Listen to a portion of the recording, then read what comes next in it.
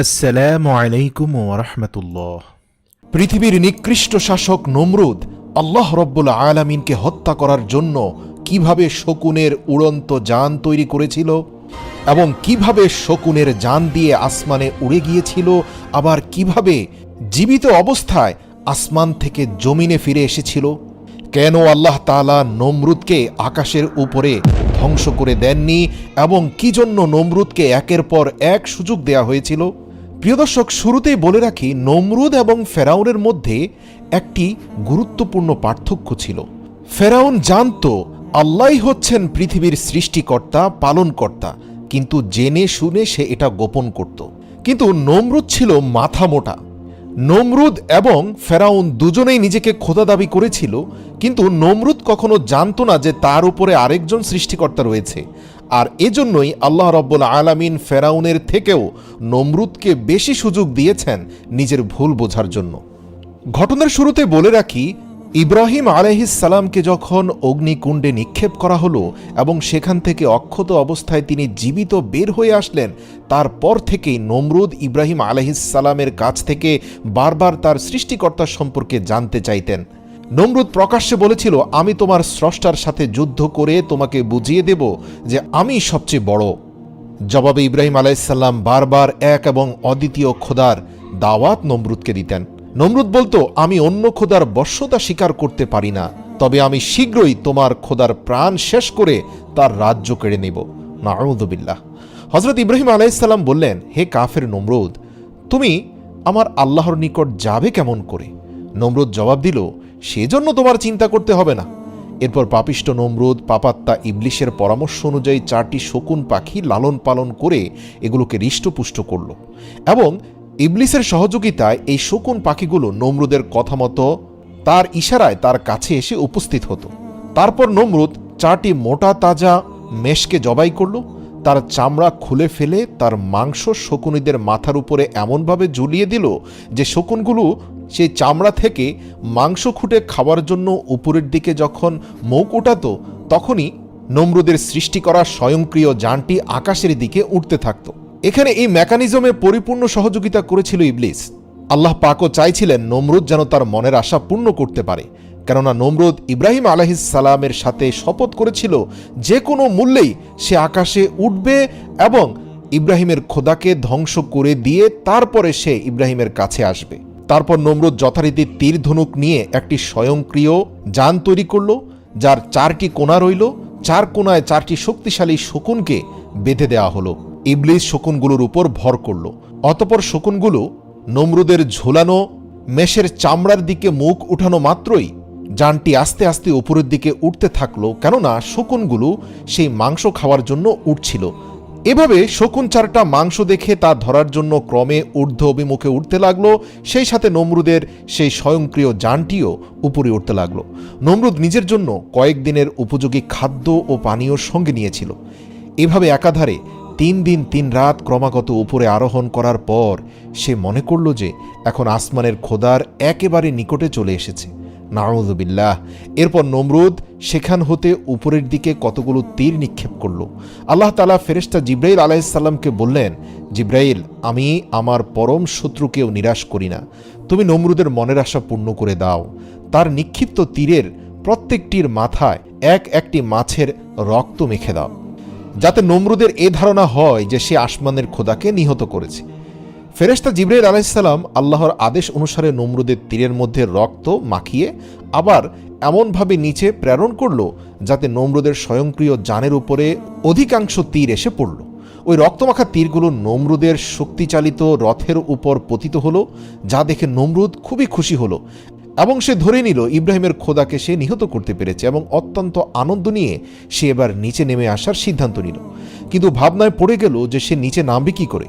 পাপিষ্ট ইবলিশ তার আবার সর্বক্ষণিক বন্ধুর মতো তাকে পরামর্শ দিয়ে বলল, তুমি মেষের মাংস বিশিষ্ট চামড়াগুলোকে এবার শকুনের নিচের দিকে নামিয়ে নিয়ে আসো, এমনভাবে নামাও যেন শকুনগুলো ধরতে না পারে।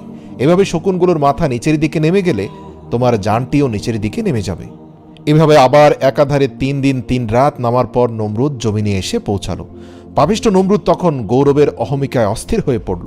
মাটিতে নেমে প্রথমেই সে গেল হজরত ইব্রাহিম আলাইহিসসালামের কাছে। তাকে রক্তমাখা তীরগুলো দেখিয়ে সগৌরবে বলতে লাগলো, দেখলে তো ইব্রাহিম, তোমার খোদার বড়াই আমি শেষ করে দিলাম। আমার নিক্ষিপ্ত তীর তোমার খোদাকে বিদ্ধ করে দিয়েছে। নাউযুবিল্লাহ। এই দেখো, প্রত্যেকটি তীরেই রক্তমাখা রয়েছে। হজরত ইব্রাহিম আলাইহিসসালাম বললেন, ওহে নির্বোধ কাফের, আমার আল্লাহ তাআলাকে হত্যা করতে পারে এমন শক্তি কারো নেই। তিনি হাইয়ুল কাইয়ুম, চিরঞ্জীব, চিরস্থায়ী, তার কোনো মৃত্যু নেই। তিনি অদৃশ্যমান, নিরাকার, তাকে মানুষের আকারে কল্পনা করাটাও তো বোকামি। তার উপরে কারো কোনো শক্তি ক্ষমতা সক্রিয় হতে পারে না। ওহে বোকা, মহান প্রভু তোমার উপরে এখনো দয়াশীল আছেন বলেই তোমার দীর্ঘ 3 দিনের কষ্ট সাধনার একটা ফল তিনি তোমাকে পাঠিয়েছেন। এখনো সময় আছে, তার উপর ঈমান আনো। কথাগুলো শুনে নমরুদ প্রচণ্ড রাগান্বিত হয়ে বলল, বলো তোমার খোদার শূন্য সংখ্যা কত? আমি এক্ষুনি তোমার খোদাকে শেষ করে দিচ্ছি। হযরত ইব্রাহিম আলাইহিস সালাম বললেন, আমার খোদার সৈন্য সামন্ত এর সংখ্যা আমি নিজেও জানি না, তা অসংখ্য, কেউ এর সংখ্যার হিসাব দিতে পারবে না। তিনি নিজেই শুধুমাত্র এর সঠিক সংখ্যা জানেন। বাদশাহ নমরুদ বলল, আচ্ছা সমস্যা নেই, তোমার খোদার সৈন্য সংখ্যা জানার আমার তেমন কোনো প্রয়োজন নেই। তবে তুমি তোমার খোদাকে আমার সাথে যুদ্ধ করার জন্য প্রস্তুত হতে বলো। আর যদি তাদের আমার সঙ্গে যুদ্ধ করার সাহস থাকে তবে সামনে আসতে বলো। যদি সামনে না আসে আমি ভেবে নেব তারা ভীত কাপুরুষ। নাউযুবিল্লাহ। হযরত ইব্রাহিম আলাইহিস সালাম বললেন, ওহে নির্বোধ, আমার খোদার সেনার সাথে যুদ্ধ করতে যদি তোমার এতই আগ্রহ থাকে তবে বেশ তাই করো। তুমি তোমার সকল সৈন্যকে প্রস্তুত হতে বলো। নমরুদ তার অসংখ্য সৈন্যবাহিনীকে খোদাই বাহিনীর সাথে যুদ্ধ করার জন্য প্রস্তুত হওয়ার আদেশ দান করলেন। তার সৈন্যবাহিনীর মধ্যে সাজ সাজ রব পড়ে গেল। তাছাড়া নমরুদ সারা দুনিয়ায় তার যত অধীন এবং অনুগত রাজা বাদশা ছিল তাদের সকলের প্রতিও কড়া আদেশ দিল যে অবিলম্বে তারা যেন নিজেদের সৈন্য সামন্ত সহ বাবলের দিকে রওনা হয়। আল্লাহু আকবার। প্রিয় দর্শক, ইতিহাস থেকে জানা যায় পৃথিবীর ইতিহাসে 3 জন বাদশা পুরো পৃথিবীকে শাসন করেছেন।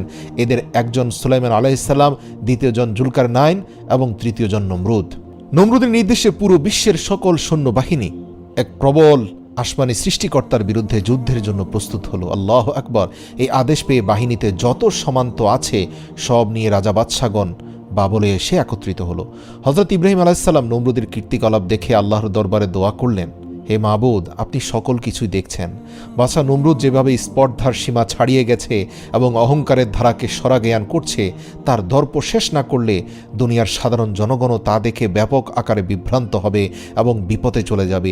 ইতিমধ্যে আপনার পাঠানো রক্তরঞ্জিত তীরগুলো দেখিয়ে সে অসংখ্য মানুষকে পথভ্রষ্ট করছে। আল্লাহ রাব্বুল আলামিন হযরত ইব্রাহিম আলাইহিস সালামের দোয়া মঞ্জুর করলেন। ফেরেশতা জিবরাইল আলাইহিস সালাম এসে হযরত ইব্রাহিম আলাইহিস সালামকে জিজ্ঞেস করলেন, ইয়া রাসূলুল্লাহ, ইয়া খলিলাল্লাহ, আপনার চিন্তার কোনো কারণ নেই, অতি শীঘ্রই আল্লাহ তাআলা পাপিষ্ঠ নমরুদকে চরম শাস্তি প্রদান করবেন।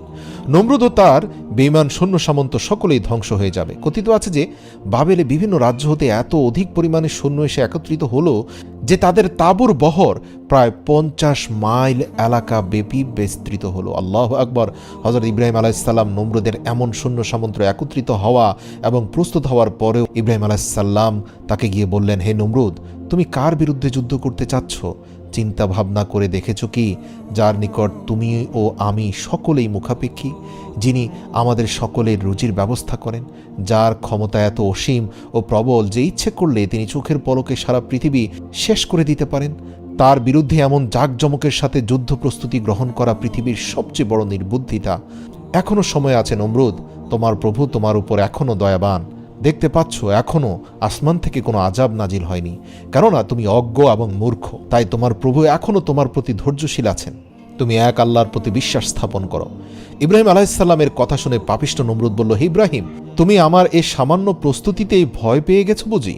তোমাকে আমি এর আগেও বলেছি, আবারও বলছি, তুমি আমাকে এখনো তোমার খোদার শক্তির মিথ্যাভীতি প্রদর্শন করা বন্ধ করো। আমি তোমার এসব কথায় ভয় পাওয়ার মতো লোক নই। তোমার খোদার শূন্য সংখ্যার নাকি কোনো শেষ নেই। আমি দেখতে চাই এই সকল শূন্যের শেষ কোথায়। আর বারবার আমার কাছে এইসব দাওয়াত নিয়ে এসো না, ওই কথা শুনলে আমার বিরক্তি লাগে। নমরুদের কথা শুনে আল্লাহর নবী হযরত ইব্রাহিম আলাইহিস সালামের মনে বড় কষ্ট এবং ব্যথা লাগলো। তিনি আল্লাহর দরবারে ফরিয়াদ করলেন, হে মাবুদ, আমি নমরুদকে তোমার পথে আনার ভুল চেষ্টা করেছিলাম। কিন্তু আমি যতই চেষ্টা করি ততই আমাকে দুর্বল ভেবে সে নিজেকে অজেয় শক্তির অধিকারী বলে মনে করে। অতএব এখন আর তার শাস্তির বিধান না করে পারা যায় না। সঙ্গে সঙ্গে আল্লাহর তরফ হতে ওহির মাধ্যমে জিজ্ঞেস করা হলো, হে আমার বন্ধু, তুমি বলো নমরুদের বিরুদ্ধে আমি কোন ধরনের সৈন্য পাঠিয়ে দেব? তখন হযরত ইব্রাহিম আলাইহিসসালাম আরজ করলেন, হে মাবুদ, নমরুদ যত বেশি বড়াই করুক না কেন, তোমার সামান্য একটি বাণীতেই তা ধ্বংস হতে পারে। অতএব আমি এ কামনা করি যে তাকে একটি ক্ষুদ্র শক্তি দিয়েই নির্মূল করে দিয়ে শিক্ষা দেওয়া দরকার যে দুনিয়ার শক্তি যত বিরাট এবং প্রবল হোক না কেন, মহান মালিকের একদম সামান্য ও ক্ষুদ্রতম একটি শক্তির নিকটও তা একেবারে দুর্বল, অসহায়। ইব্রাহিম আলাইহিস সালাম আল্লাহকে অনুরোধ করলেন, হে আল্লাহ, নমরুদকে কোনো বড় বাহিনী দ্বারা ধ্বংস করবেন না, যেভাবে আদ এবং সামুদকে ধ্বংস করেছেন, বা পুরো বিশ্বব্যাপী বন্যা দিয়ে আপনি নূহ আলাইহিস সালামের সেই পথভ্রষ্ট কাউমকে ধ্বংস করেছেন। বরং আপনি পৃথিবীর সবচেয়ে তুচ্ছ ও ক্ষুদ্র বাহিনী দিয়ে নমরুদকে শেষ করুন, যাতে মানুষের মগজের মধ্যে ঢুকে যায় যে মহান প্রভু আল্লাহ পুরো বিশ্বের শাসককে কত তুচ্ছ জিনিস দিয়ে ধ্বংস করতে পারেন। আল্লাহ তাআলা ইব্রাহিম আলাইহিস সালামের দোয়া কবুল করলেন এবং ইব্রাহিম আলাইহিস সালামের দোয়া অনুযায়ী আল্লাহ রাব্বুল আলামিন এক ঝাঁক ক্ষুদ্র মশা বাহিনী পাঠিয়ে দিলেন নমরুদের সেনা সামন্তকে ধ্বংস করে দেওয়ার জন্য। আল্লাহ রাব্বুল আলামিন বললেন, আমি মশা বাহিনী দ্বারাই নমরুদের অহংকার ধ্বংস করে দেব। ফেরেশতাগণকে আল্লাহ আদেশ দিলেন, কোহে কাহাফের একটি দরজা উন্মুক্ত করে মশাদেরকে পথ করে দাও। আল্লাহর আদেশ সঙ্গে সঙ্গে পালিত হলো এবং সে পথে মশার দল বের হয়ে দুনিয়ার সারা আকাশ ছেয়ে গেল। নমরুদ হযরত ইব্রাহিম আলাইহিস সালামের কাছে জিজ্ঞেস করল, কি হে ইব্রাহিম, আমার সৈন্যবাহিনী তো বহু আগে প্রস্তুত হয়ে আছে, তোমার খোদার সৈন্যবাহিনী কোথায়? হযরত ইব্রাহিম আলাইহিস সালাম বললেন, ওই যে আমার খোদার সৈন্যবাহিনীও এসে পড়েছে। আল্লাহ তাআলা মশাদের লক্ষ্য করে বললেন, তোমাদের জন্য আজ আমি উত্তম খাবারের ব্যবস্থা করেছি। তোমরা আজ নমরুদের সৈন্যদের রক্ত ও মাংস খেয়ে তোমাদের উদর পূর্ণ করো। হযরত ইব্রাহিম আলাইহিস সালাম আকাশের দিকে লক্ষ্য করে বললেন, ওই যে আমার খোদার সৈন্য আসছে।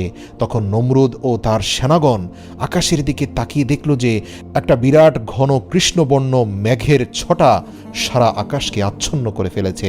তারা মনে করলো যে এখনই মুষলধারে বৃষ্টিপাত শুরু হবে, কিন্তু সঙ্গে সঙ্গে তাদের সে ধারণা ভুল প্রমাণিত হলো। নমরুদ একটি নতুন ধরনের আওয়াজ শুনতে পেয়ে তার সৈন্যদেরকে আদেশ করল, তোমরা তোমাদের ডাক ঢোল এবং কাড়া নাকাড়াগুলো সজোরে বাজাতে থাকো এবং সকলে অস্ত্রশস্ত্র নিয়ে তৈরি হয়ে যাও। সম্ভবত ইব্রাহিমের খোদার সৈন্য নিকটে চলে এসেছে। আসামাত্রই তোমরা তাদের উপর এমনভাবে ঝাঁপিয়ে পড়বে যেন বিশ্ববাসী জানতে পারে এই পৃথিবীর খোদা নমরুদের শক্তি কত। জেনে রেখো, ইব্রাহিমের খোদার একটি সৈন্য যেন জীবিত ফিরে যেতে না পারে। মশার দল ঊর্ধ্ব আকাশে থাকতেই এমন এক গুনগুন আওয়াজ শুরু করল যে লক্ষ কোটি মশার দল সম্মিলিত গুনগুন আওয়াজের হৃদয় কাঁপানো এক আওয়াজের সৃষ্টি হয়ে গেল। সেই আওয়াজ এর কাছে নমরুদের সৈন্যদের ডাক ঢোলের আওয়াজ তলিয়ে গেল। মশার দল এসে নমরুদের প্রত্যেকটি সৈন্যের দেহের উপরে এমনভাবে আক্রমণ করল যে তাদের মাথা ও নাক, চোখ, পেট, পিঠ, হাত, পা কোনো জায়গায় বাকি রাখল না। সর্ব অঙ্গ প্রত্যঙ্গে মশা ছেয়ে গেল। এরা সর্বস্থানে এমনভাবে ধ্বংস করতে লাগলো যে তারা তখন তাদের অস্ত্র ফেলে দিয়ে দুই হাতে মশা তাড়াতে ও দেহ চুলকাতে শুরু করলো। কারো কারো নাক ও নাকের পথ দিয়ে মশা শরীরের ভেতর প্রবেশ করে মাথার মগজ কাটতে লাগলো, নাক দিয়ে রক্ত ছুটল এবং পেটের নাড়ি ভুড়িও মশা খেয়ে ফেললো। কোনো ক্রমেই কেউ তার শরীর মশামুক্ত করতে পারেনি। আল্লাহু আকবার! কেননা শরীরের একটি মশা তাড়াতে না তাড়াতেই অন্তত 100টি এসে নতুন করে কামড় লাগালো। প্রিয় দর্শক, আপনাদের উদ্দেশ্যে বলি, পৃথিবীর বর্তমান সময়ের সাধারণ মশা থেকে কয়েক হাজার গুণ শক্তিশালী এবং বিষাক্ত ছিল সেই মশাগুলো। সাধারণ মশা তো শুধু রক্ত পান করে, কিন্তু এই মশাগুলো শরীরের রক্ত, মাংস এবং মাথার মগজ খেয়ে ফেলতে লাগলো। এভাবে কিছুক্ষণের মধ্যেই নমরুদের প্রত্যেকটি সৈন্যের দেহের সমস্ত রক্ত, মাংস এবং মগজ শেষ হয়ে গেল। শুধু কতগুলো কঙ্কাল পড়ে রইল, লক্ষ লক্ষ কঙ্কালের সারি পড়ে রইল, আর মাংস পিণ্ড সব শেষ। আল্লাহু আকবার! সৈন্যগণ যে যেখানে দাঁড়িয়েছিল সে সেখানেই একইভাবে দাঁড়িয়ে রইল কঙ্কাল আকারে। শরীরে কোনো মাংস নেই, মাথার ভেতরে কোনো মগজ নেই, কারণ নড়াচড়া করার মতো শক্তি রইল না। আল্লাহ পাকের হুকুমে এরা প্রত্যেকে দাঁড়িয়ে রইল।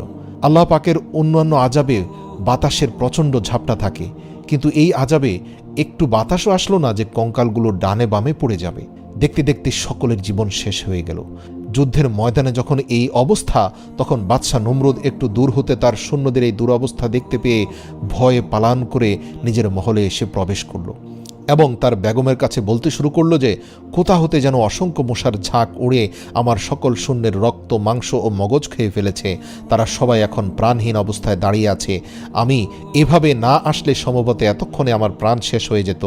নমরুদ যখন তার বিবির নিকট এই বিবরণ প্রদান করছিল, ঠিক সেই মুহূর্তে ওই মশা বাহিনীর সেনাপতি অর্থাৎ সবচেয়ে বড় মশাটি উড়ে এসে নমরুদের নাকের ছিদ্র দিয়ে মগজে প্রবেশ করে বারবার দংশন করতে লাগলো। তাতে অস্থির হয়ে মহাপাপী নমরুদ উচ্চস্বরে চিৎকার শুরু করলো। তার অবস্থা এমন হলো যে প্রবল যন্ত্রণায় সে দুমড়ে মুচড়ে গেল, ছোটাছুটি, দৌড়াদৌড়ি, লাফালাফি করতে লাগলো, কিন্তু কিছুতেই তার কিছু হলো না। আল্লাহ পাকের হুকুমে সেই মশা নমরুদের মগজও খেলো না, কিছুই করলো না, শুধু মগজের ভিতরে প্রচণ্ড রকমের পেইন অর্থাৎ যন্ত্রণা দিতে থাকলো। নমরুদের মাথার ভেতরে বসে সেই মশা নমরুদের মাথার মগজ নিয়ে খেলাধুলা শুরু করলো। অস্থিরতায় পাগলের মতো এদিক সেদিক দৌড়াতে লাগলো নমরুদ। এই মারাত্মক অবস্থা থেকে সে কিভাবে মুক্তি পেতে পারে উপায় খুঁজতে লাগলো।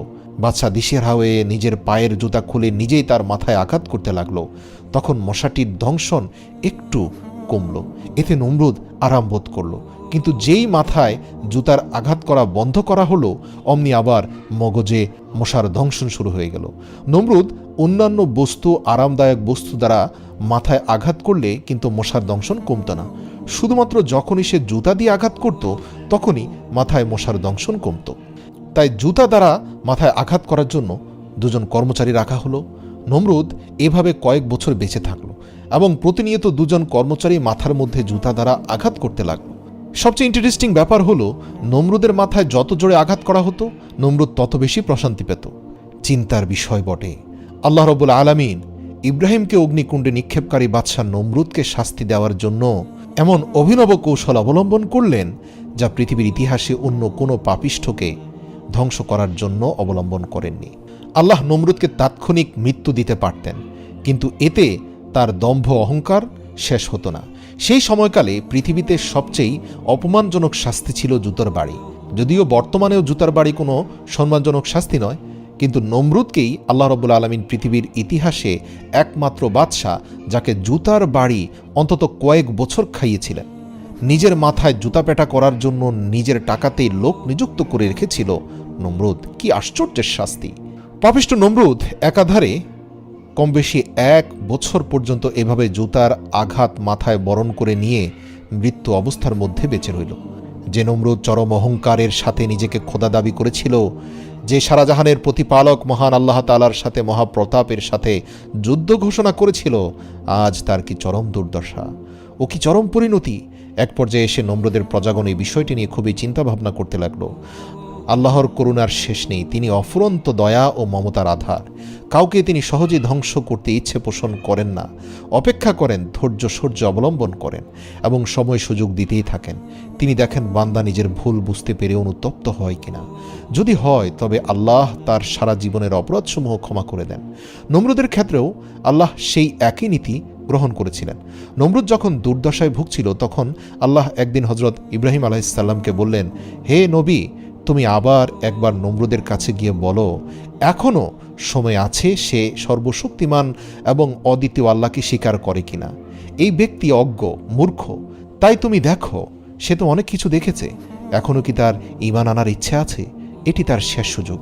হজরত ইব্রাহিম আলাইহিসসালাম তার কাছে গেলেন এবং বললেন, হে নমরুদ, অনেক কিছুই তো দেখেছ, আমার খোদার শক্তিমত্তা সম্পর্কে তোমার আর কোনো সন্দেহ সুযোগ আছে বলে আমি মনে করি না। আসো, এক এবং অদ্বিতীয় আল্লাহকে স্বীকার করে আমার সাথে কালেমা পাঠ করো। রাগান্বিত নমরুদ বলল, হে ইব্রাহিম, তুমি আমার চোখের সামনে থেকে চলে যাও, আমার নিকট থেকে চলে যাও, তুমি তোমার মিথ্যা বেহেশতের লালসায় আমাকে ভুলাতে পারবে না। হজরত ইব্রাহিম আলাইহিসসালামের সাথে কুৎসিত আচরণের পর নমরুদের মগজের ভেতরে থাকা মশাটি তার ধ্বংসনের পরিমাণ কয়েক গুণ বাড়িয়ে দিল। এতে নমরুদ প্রচণ্ড রকম ব্যথা যন্ত্রণায় অস্থির হয়ে পড়ল। শেষ পর্যন্ত দেখা গেল যে জুতোর বাড়িতে কোনোভাবে কাজ হচ্ছে না, নমরুদ কোনোভাবেই স্বস্তি পাচ্ছে না। কর্মচারীদের বলল ভারী থেকে ভারী বস্তু দিয়ে তার মাথায় আঘাত করতে। কর্মচারীরা তাই করতে থাকলো। এক পর্যায়ে কর্মচারীরা নমরুদকে বলল, মহারাজ, আমরা মুগুর দিয়ে আপনাকে আঘাত করতে পারি না, এতে আপনার মৃত্যু ঝুঁকি রয়েছে। নমরুদ বলল, মুগুর কেন, আমাকে লোহা দ্বারা আঘাত করো, এতে আমি বেশি স্বস্তি পাব। বাদশার চিৎকার চেঁচামেচিতে এক হুলস্থুল পরিস্থিতি সৃষ্টি হলো। তখন কর্মচারীদেরকে রাজ্যের সবাই তিরস্কার করতে থাকলো যে তোমরা কেন বাদশাকে জোরে আঘাত করছো না। এতে ক্রমে কর্মচারীদের মনে বাদশার প্রতি বিরক্তি সৃষ্টি হলো। একদিন মুগুর দিয়ে এত জোরে তারা আঘাত করলো যে সাথে সাথে নমরুদের মাথা দ্বিখণ্ডিত হয়ে গেল এবং তার ভেতর থেকে মূসা বাহিনীর প্রধান সেনাপতি মূসাটি উড়ে চলে গেল জীবিত অবস্থায়। আল্লাহু আকবার। তবে নমরুদের মাথা দ্বিখণ্ডিত হওয়ার পর পরম বিস্ময়ে সবাই লক্ষ্য করল যে তার মাথার ভেতরের মগজের লেশমাত্র অবশিষ্ট নেই, সব মশা খেয়ে ফেলেছে। পৃথিবীতে আল্লাহ তাআলার এক আশ্চর্য নিশানা এটি যে নমরুদ মাথার ভেতরে মগজবিহীন অবস্থায় 40 দিন বেঁচে ছিল এবং সর্বশেষ মগজের টুকরোটি খেয়েই মশাটি বিদায় হয়েছে।